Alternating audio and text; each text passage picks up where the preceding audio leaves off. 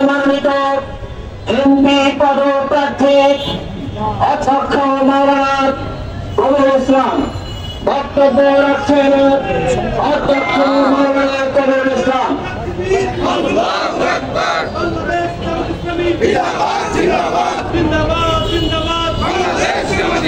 আসসালামু আলাইকুম ওয়া রাহমাতুল্লাহি ওয়া বারাকাতুহু।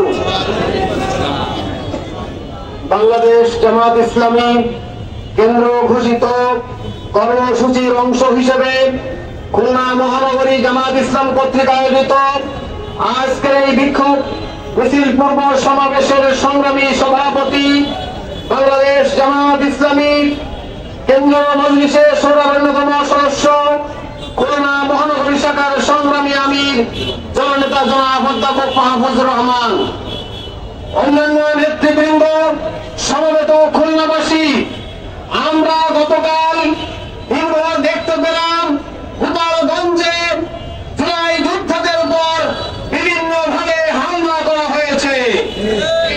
দেখতে পেলাম অস্ত্র উঁচিয়ে হামলা করা হচ্ছে। বাংলাদেশের অপর 63টি জেলা থেকে যারা পলাতক আছে তারা ইতিমধ্যে গোপালগঞ্জে অবস্থান নিয়েছে। গোপালগঞ্জ বসে মনে করছে এটা ভারতের একটি পারদ রাজ্য, বাংলাদেশের একটি অঙ্গরাজ্য মনে করে সেখানে শেখ হাসিনার শাসন মানছে। আমরা তাদেরকে জানিয়ে দিতে চাই গোপালগঞ্জ বাংলাদেশের একটি অংশ, এটাকে পরাধীন অঞ্চল মনে করার কোন সুযোগ নাই।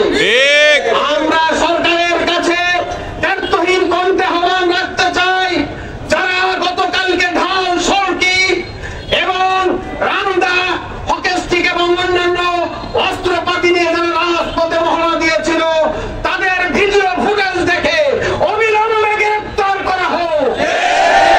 সকলকে সজাগ এবং সতর্ক দৃষ্টি রাখার আহ্বান রাখছি। তাদের হাতে আগ্নেয় অস্ত্র ছিল। আমাদের সেই গত 36 জুলাইয়ের সেই কর্মসূচি যখন চলছে তখন তারা হানাদার বাহিনীর মতো হামলা চালিয়েছে। তাদের ব্যাপারে আমাদের সজাগ থাকতে হবে। তারা বাংলাদেশের স্বাভাবিক পরিবেশকে নস্যাৎ করতে চায়। বাংলাদেশে যাতে গণতান্ত্রিক অধিকার মানুষ ফিরিয়ে না পায়, ভোটের অধিকার যাতে ফিরিয়ে না পায়, সেজন্য যত ধরনের ষড়যন্ত্র, সব ষড়যন্ত্র তারা চালিয়ে যাবে। এই ষড়যন্ত্র চালিয়ে যাওয়ার সুযোগ কি আমরা তাদেরকে দিতে পারি?